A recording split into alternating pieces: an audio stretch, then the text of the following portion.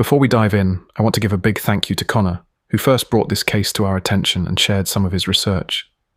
Connor does incredible work documenting underreported cases from countries all over the world and publishes those write-ups on Reddit under the username u/moondog151, also linked in the show notes. If you enjoy discovering cases you won't hear anywhere else, his work is definitely worth checking out. In late October 2012, in the quiet Hungarian countryside near the city of Kaposvár, a frantic search was underway. Hundreds of police officers and volunteers combed through forests and fields for an 11-year-old boy who had gone missing. For days, they found nothing. Then, on the evening of November 3rd, a local hunter wandering the woods outside the village of Santos noticed a patch of disturbed earth. As he drew closer, he saw a small hand protruding from a shallow grave. Moments later, the hunter realized with horror that he had found the body of the missing boy. The child had been brutally beaten and hastily buried in the damp autumn soil. The truth about who killed him and why would shake the community to its core.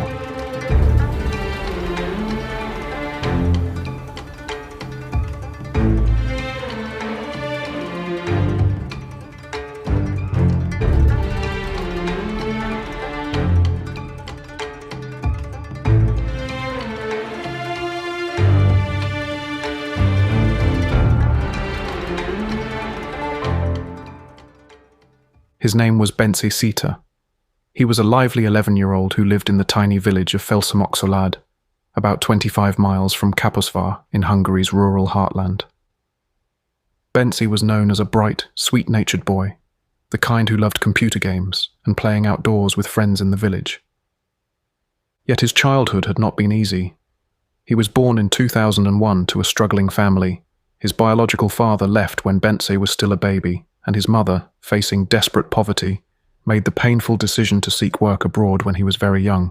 Bence was sent to live with his grandmother in Felszomok, where neighbours often saw him kicking a soccer ball around the yard or helping his grandmother fetch water from the well.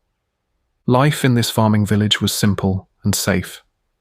In many ways, Bence was a typical country child, polite, curious, and eager for affection. But the absence of his parents weighed on him. He especially missed his mother, who phoned from overseas when she could. In her absence, a patchwork family formed around Bence. His mother's ex-husband, a factory worker named Sándor Gyongyi, became a father figure to the boy and raised him as his own son. Sándor was actually the father of Bence's older half-sister Lila, and even after he and Bence's mother separated, Sándor continued to care deeply for Bence. The boy would spend weekends at Sándor's home on the outskirts of Kaposvár, enjoying the bustle of the small city and the warmth of a father's attention that he lacked during the week. By 2012, Bence had two homes, the grandmother's cottage in Felszomok on school days, and the foster father's apartment in Kaposvár on some weekends. It was through Sándor that a new person entered young Bence's life, a woman named Erika Polch. Erika was Sándor Gyongyi's girlfriend. In her late 40s, Erika had a round face, short brown hair, and an outwardly warm demeanour. At first, she doted on Bence. Neighbours recalled seeing Erika accompany Sándor and the children on outings in town. Sometimes she treated Bence to ice cream or brought small toys when she visited. Erika, who had a teenage son of her own from a previous relationship, seemed to understand the challenges of caring for children. Bence's family initially welcomed her, hopeful that she might become a kind of stepmother figure in the boy's life. For a time, Erika Polch lived together with Sándor, Bence, and Lila under one roof, effectively a blended family. But tensions soon rose in the household. Erika's son, a boy close to Bence's age, frequently quarrelled with young Bence. The two children simply did not get along. There were constant squabbles over toys and space. And Erika's son often accused Bence of hitting or bullying him, claims that strained the adult's patience.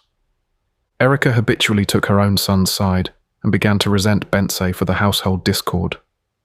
Sándor Gyongyi would later tell a judge that while no serious physical fights occurred between the boys, the atmosphere at home grew toxic, and that tension ultimately led to Erika moving out.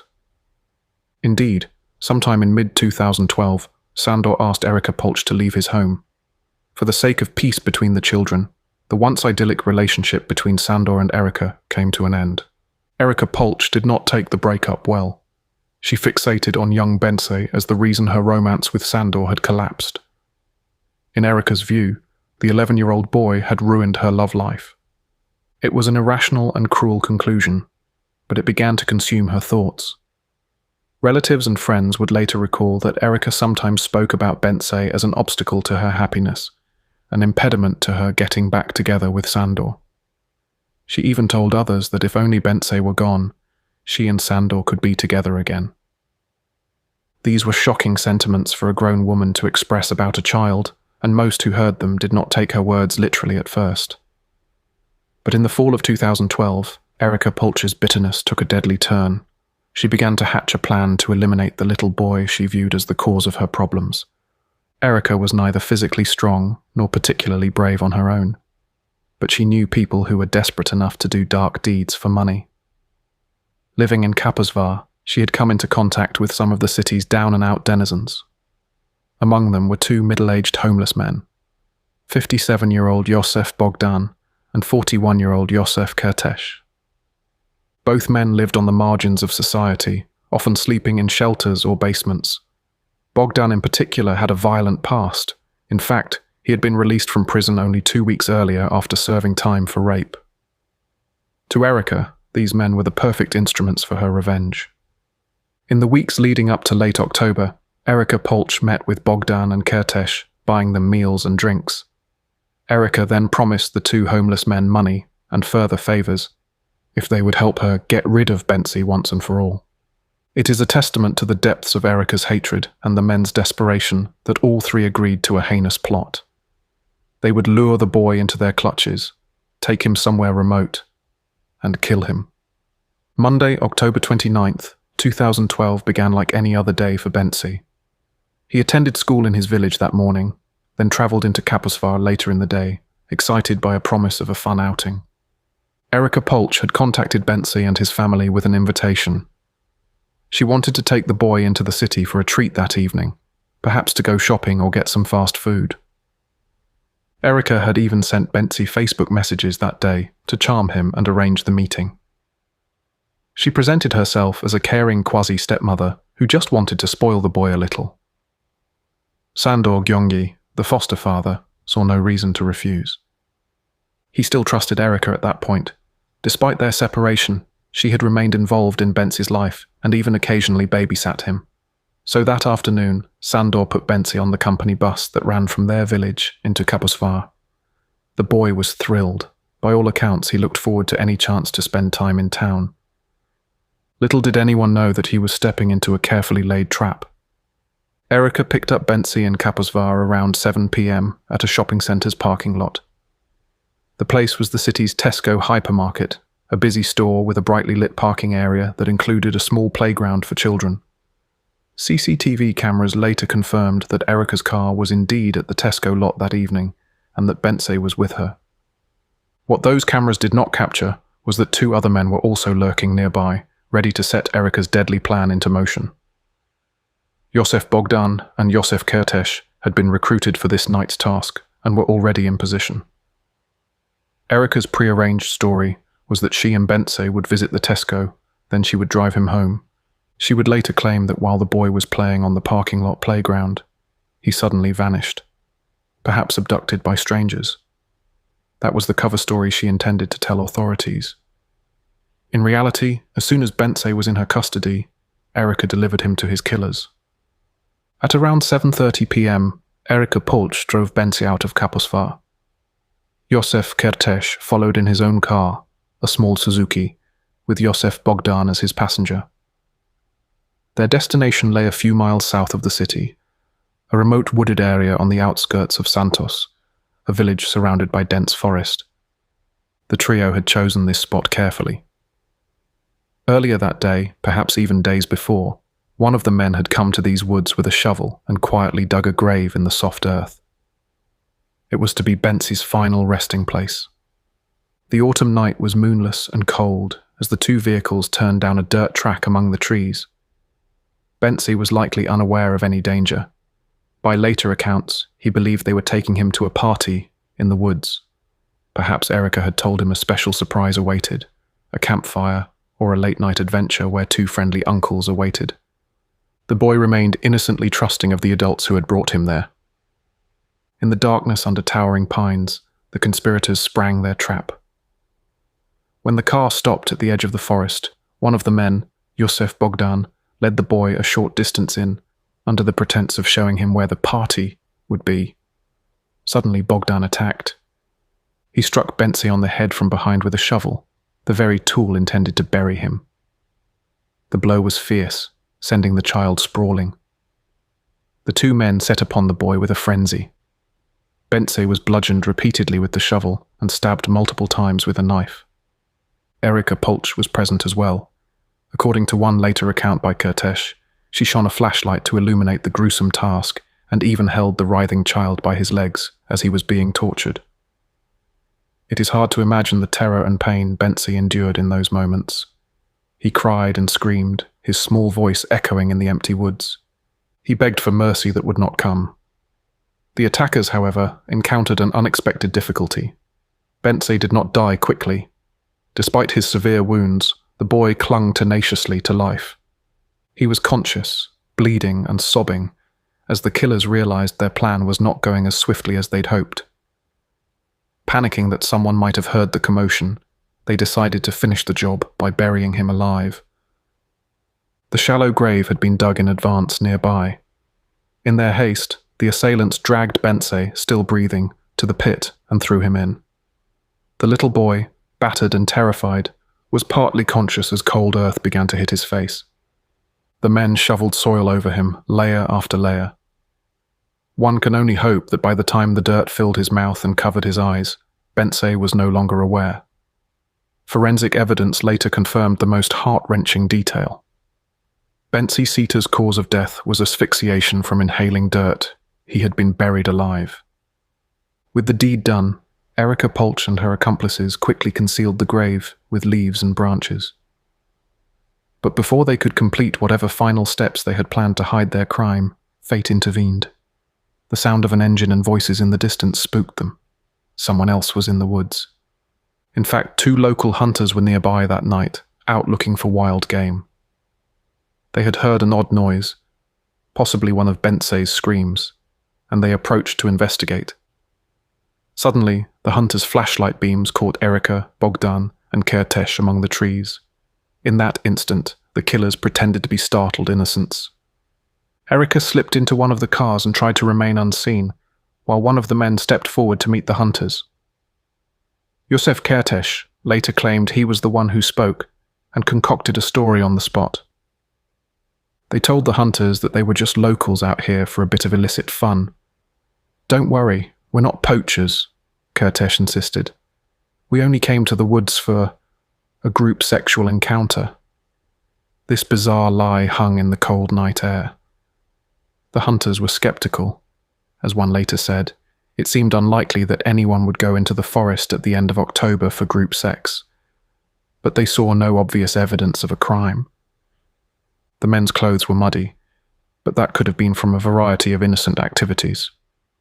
The hunters saw two cars, Erica's and Kertész's Suzuki, and three individuals. They noted Kertész's name and the vehicle's plate number. After a brief, tense exchange, the hunters let the trio go on their way.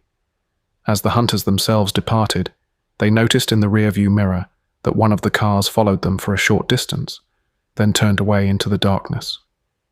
Unsettled by the encounter, the hunters decided to alert the authorities to the suspicious meeting. They contacted a nearby police officer that same night and reported what they had seen, providing Kertész's name and car details. A patrolman even tracked down Kertész's vehicle and questioned him later that night.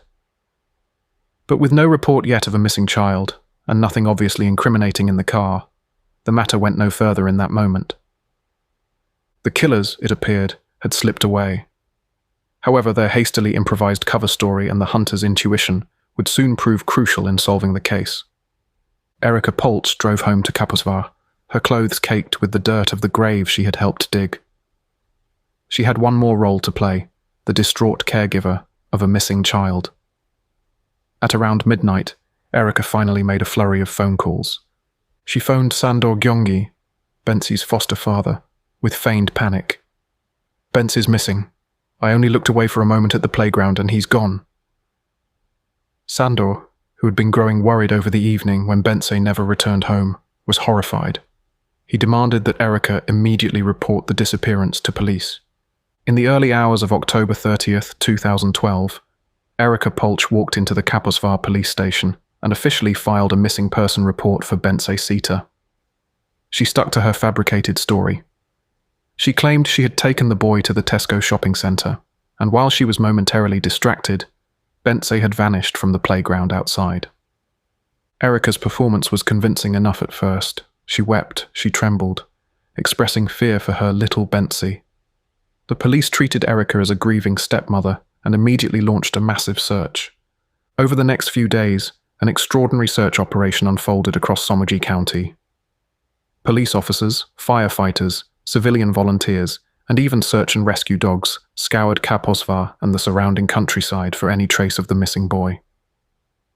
Volunteers on horseback and ATV roamed the fields between the city and Bence's village. Groups of villagers from Felsamoksolad marched shoulder to shoulder through thickets, calling Bence's name into the emptiness. The community rallied with a singular purpose: find the child. They were joined by organised groups like local hunting associations and a civil guard patrol. The same hunting club, in fact, whose members had a suspicious encounter in the forest on the night of the 29th. Media coverage kicked in.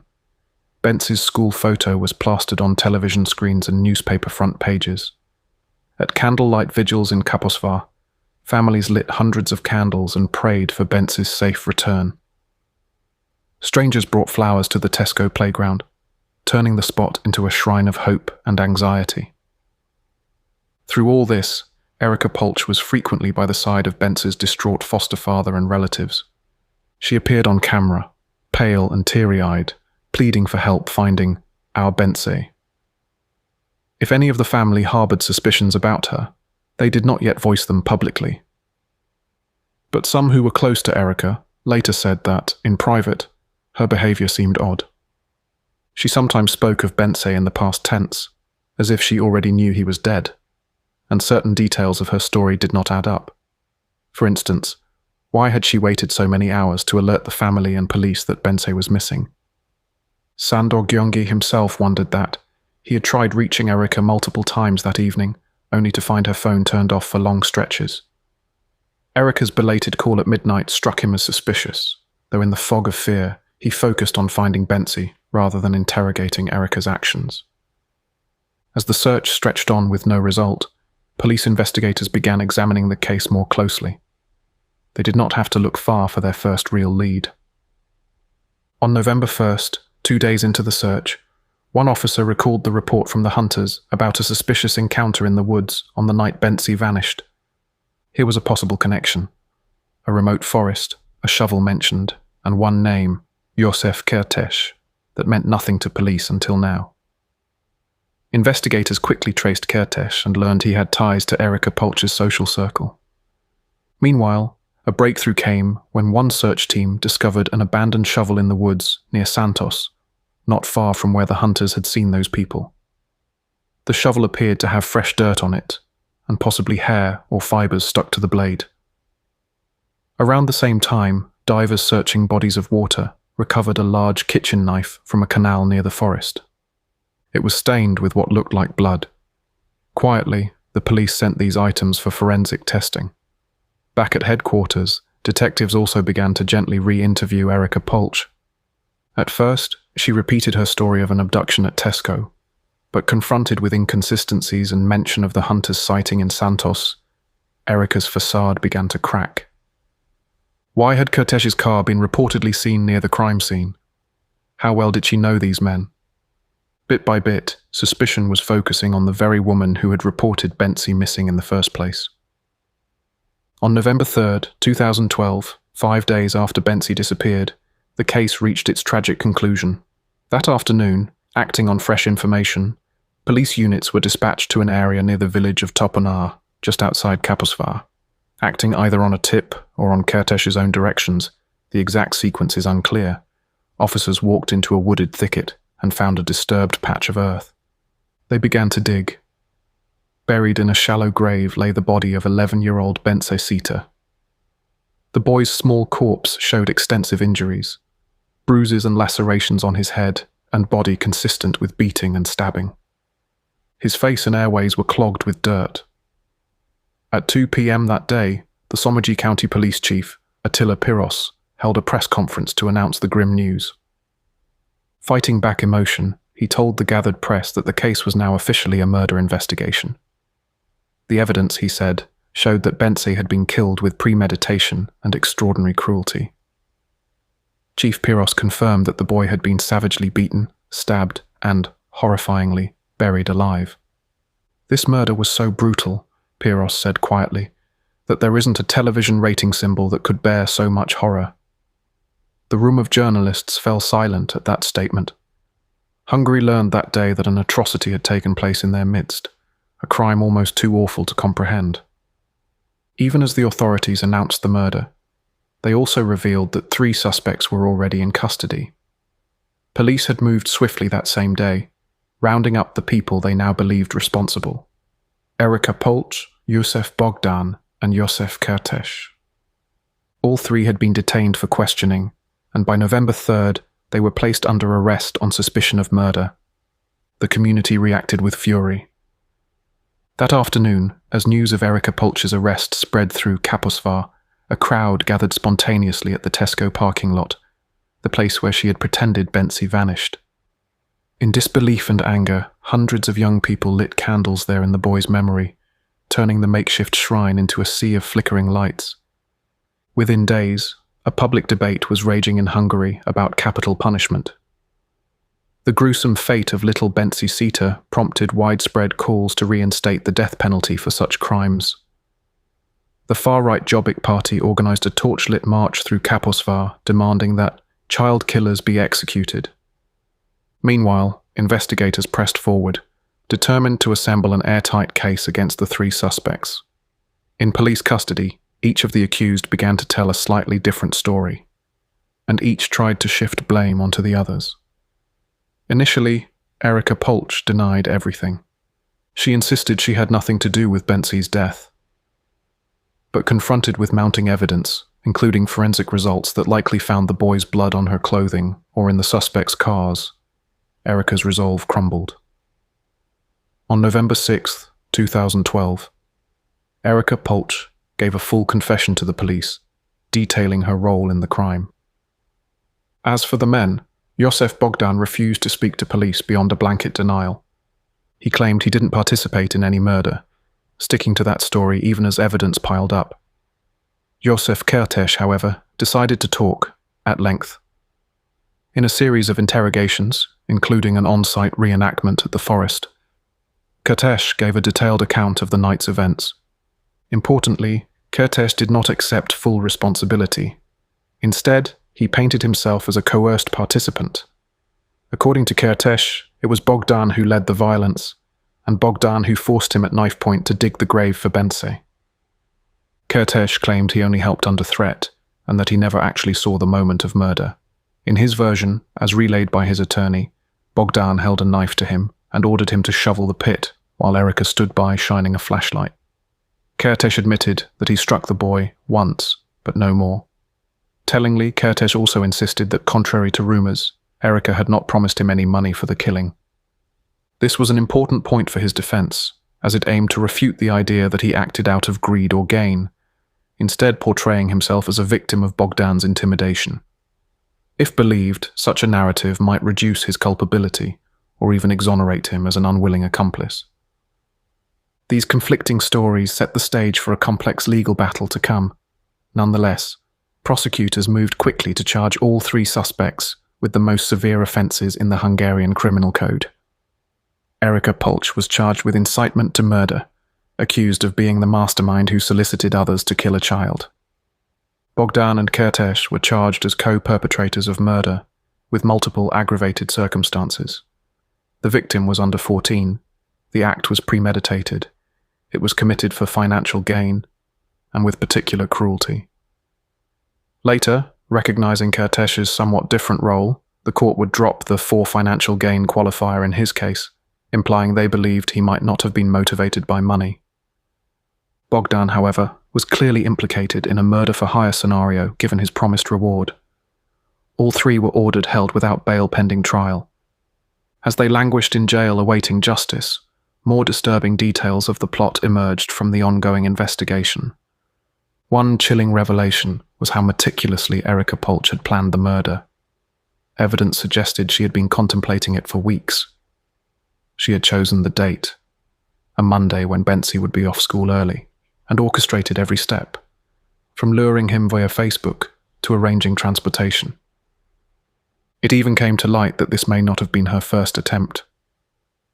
According to one later interview with Bogdan, Erika and her accomplices had tried to kill Bence once before, possibly by poisoning. Bogdan alleged, from prison, that previously someone had attempted to slip poison into the boy's food, but that plan failed or was aborted. This claim was never proven in court, but it hinted at the depth of malice involved. What was definitively confirmed was that the conspirators had gone to the forest equipped not only with weapons to kill, but with materials to erase their crime completely. Investigators found that Kertész and Bogdan had brought a 5-litre container of battery acid with them to the murder site. Their intention, it appears, was to pour acid over the boy's corpse to destroy evidence and accelerate decomposition, so that his body might never be identified. The only reason they hadn't used it was the unexpected arrival of the hunters, which sent them fleeing before they could carry out that ghastly step. At the trial months later, even the presiding judge shuddered at this detail, remarking that he dared not imagine what would have happened if the hunters hadn't disturbed the perpetrators. For then, the killers would have used the 5 litres of acid to permanently erase Bence's remains. The plot was as calculating as it was cruel. From the day of their arrest, the 3 accused lived under a cloud of public hatred. Even within the jail system, word spread quickly that they were child killers, the lowest of the low in the prison hierarchy. Other inmates harassed and menaced them from the outset. During pre-trial detention, Erika Polch was kept in a women's prison in Kalocsa for her own protection, and she largely stayed holed up in her cell, afraid to even take the 1 hour of daily courtyard exercise she was allowed. She received a few visits from her elderly mother and her teenage son, but otherwise lived in isolated misery, reportedly haunted by what she had done. The 2 men fared no better. At one point after their first court appearance, Bogdan and Kertész were severely beaten by fellow prisoners as word of their crime circulated. Guards had to intervene to save them. It was a small preview of the retribution society felt they deserved. The case moved relatively swiftly through the Hungarian justice system. By spring of 2013, the investigation was complete, and the county prosecutor's office had filed formal charges. The trial was set for late May in the Kaposvár tribunal. Given the intense public interest, the court allowed media coverage, though with some restrictions to protect witnesses and the dignity of the child victim.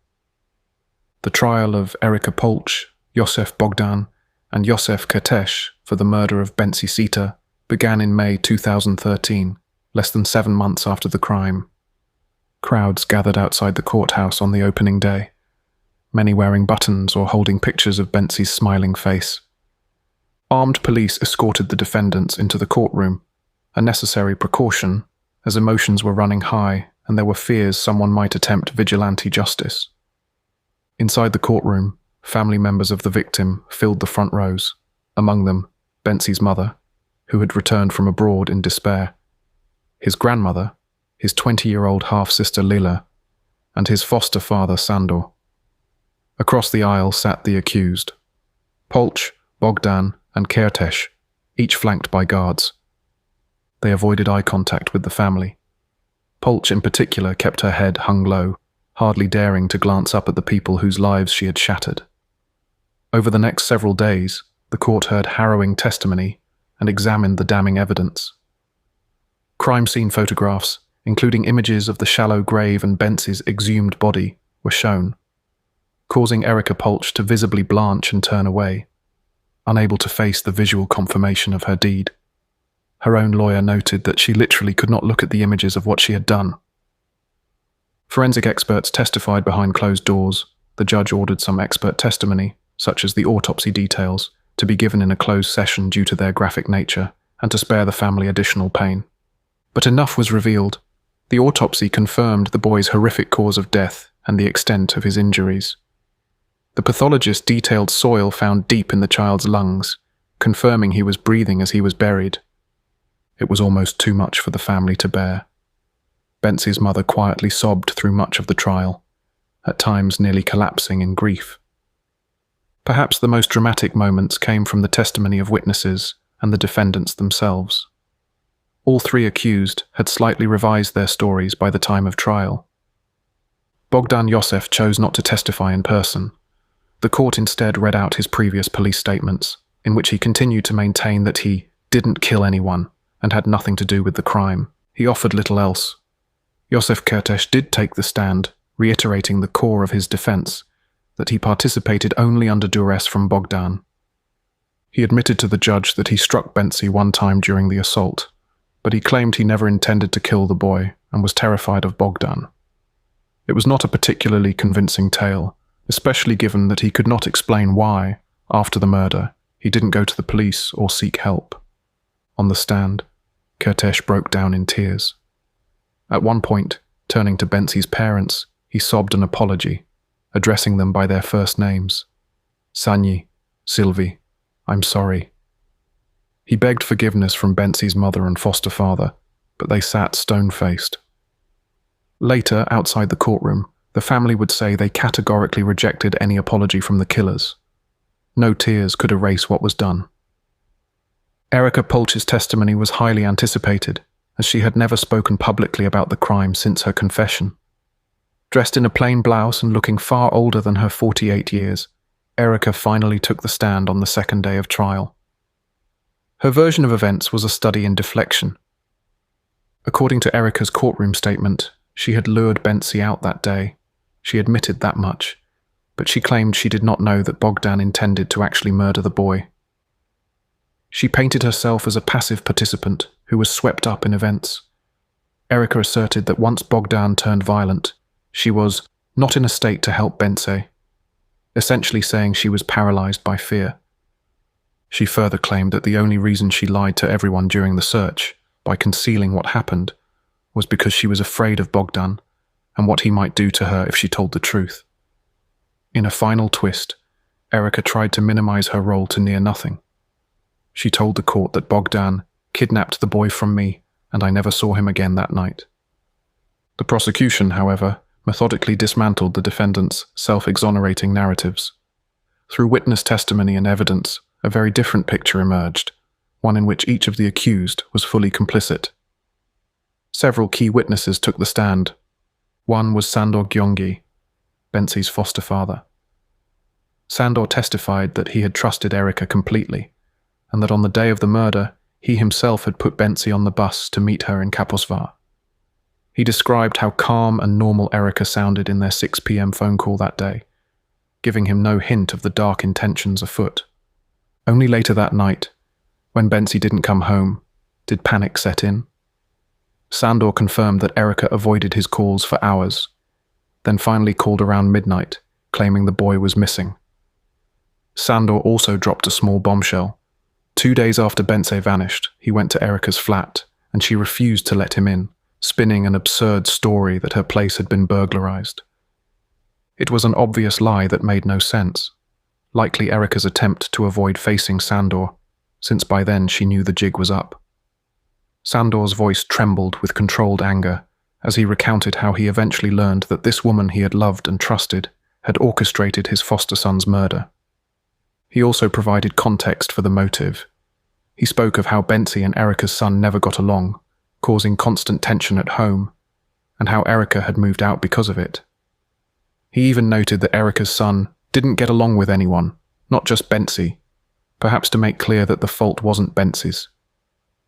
Next came Gyöngy Lila, Bence's half-sister, now a young woman of 20.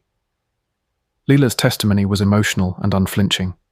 She revealed a startling detail. About a month before the murder, Erika Polch had invited Lila to move in with her for a while, and Lila had accepted. Thus, Lila was living in Erica's apartment in October 2012, separate from Sandor's household. Prosecutors implied this might have been a strategy by Erica, perhaps to isolate Lila from the family, or even to use her as an unwitting pawn. Lila testified that while staying with Erica, she noticed odd behavior. Erica spoke often, as if Bence was an obstacle preventing her from reuniting with Sandor. She would make bitter comments, suggesting that if Bence weren't around, she could get back together with her ex, Sandor. These comments deeply disturbed Lila in hindsight. Lila also described how Erica's son behaved. "No one could stand that boy," she said bluntly, explaining that he blamed Bence for every conflict. According to Lila, Erica always sided with her son and resented Bence more and more. On the day of the murder, Lila was actually with Erica earlier in the afternoon. She noticed that Erica left unusually early to meet Bence, earlier than she needed to, and Lila saw that either Bogdan or Kertész kept calling Erica's phone that day. Lila even recognized Kertész's car parked outside their house briefly, indicating he was coordinating with Erica before they picked up Bence. That evening, after Erica returned home without Bence and claimed he was missing, it was Lila who basically dragged Erica to the police station to file the report. Lila admitted that she immediately suspected something was off. Erica's story just didn't make sense, and her demeanor was odd. During her testimony, Lila occasionally shot glares of pure hatred at Erica across the courtroom. At one point, she spoke directly to Erica, through tears of rage, saying she had trusted her as one would trust a family member, and Erica had repaid that trust with betrayal and blood. Court officers had to gently remind Lila to direct her statements to the bench, but the impact was palpable. Another notable witness was a man who asked to remain anonymous. He testified that in October 2012, József Kertész had borrowed a shovel from him for some vague project. This corroborated the planning. Kertész needed a shovel to dig the grave. And then came the hunters, the two men whose appearance in the woods had thwarted the full extent of the crime. They recounted for the court their eerie nighttime confrontation with the defendants. Hunter Istvan H., his surname kept private, described how they heard a gunshot and stumbled upon the group in the forest. He positively identified Kertész as the person he spoke to that night. The hunter recalled that Kertész seemed nervous and kept trying to assure them nothing illegal was going on, claiming they were out there for personal reasons and not hunting. The second hunter, Otto S., confirmed the account. He remembered that one of the men awkwardly claimed they had come out to the woods for a group sexual encounter.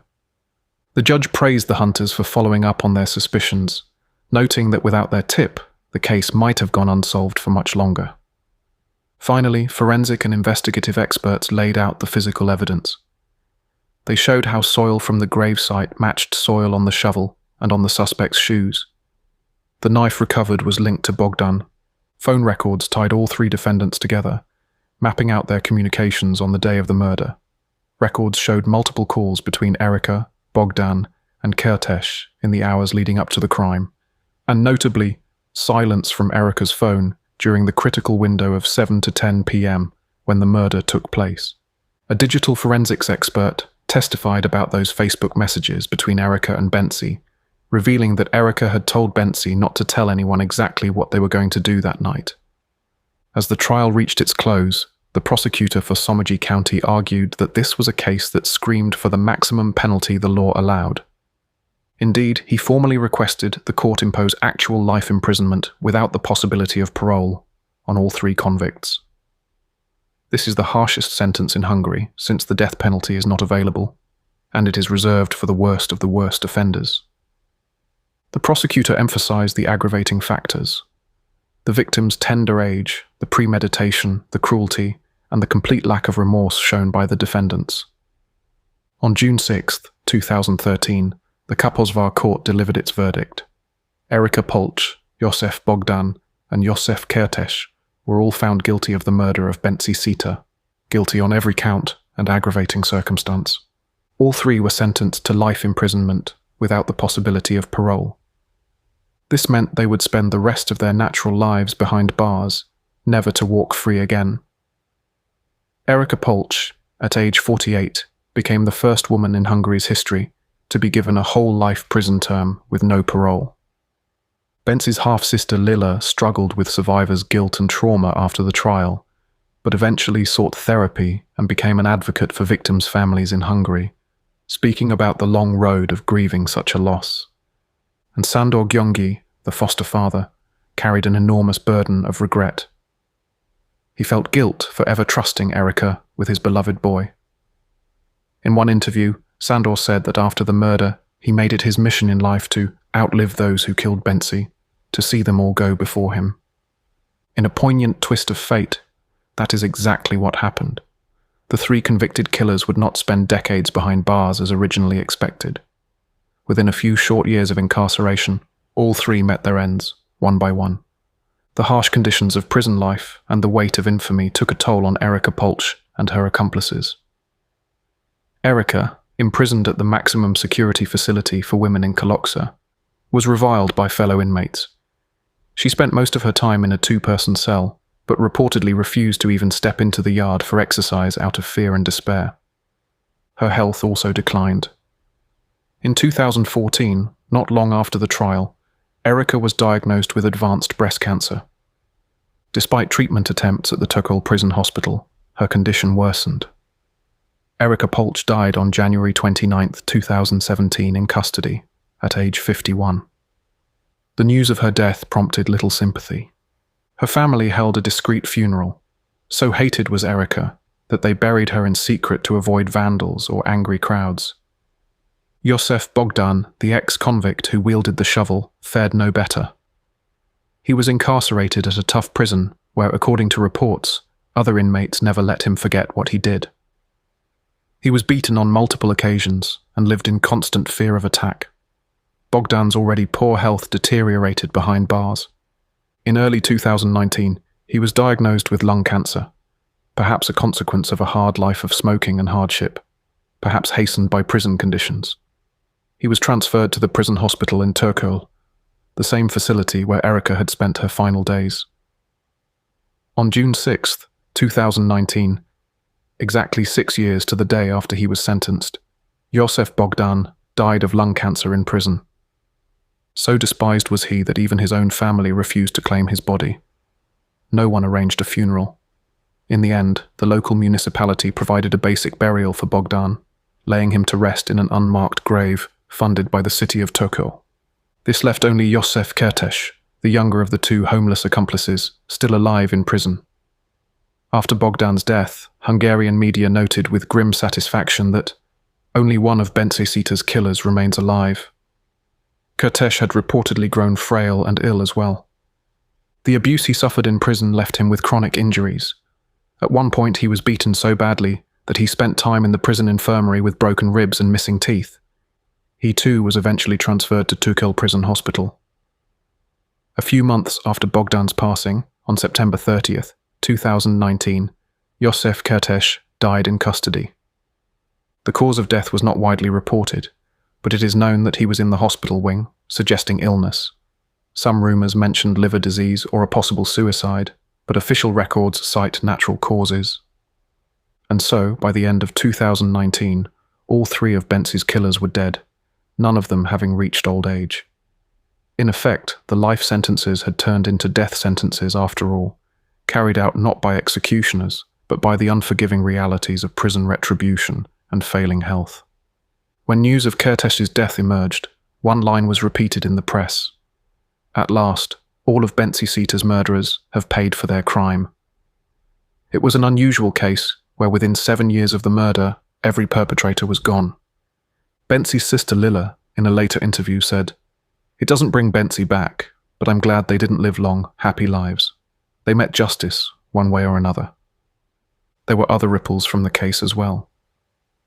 Erica Polch's extended family had to endure the stigma of being related to a notorious child killer.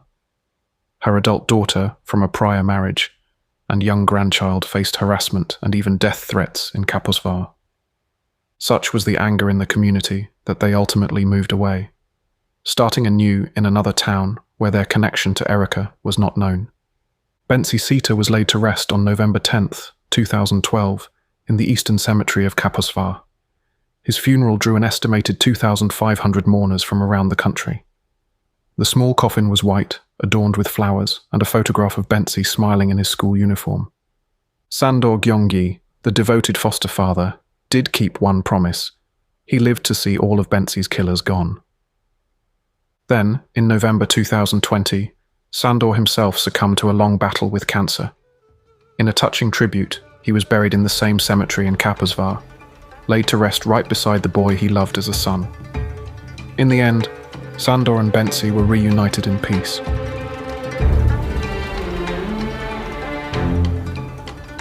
Thanks again for listening, and thank you so much for all the great reviews. If you enjoy hearing true crime cases that are rarely covered in English, please consider subscribing. It really helps the show grow and lets us keep bringing you stories you won't find anywhere else.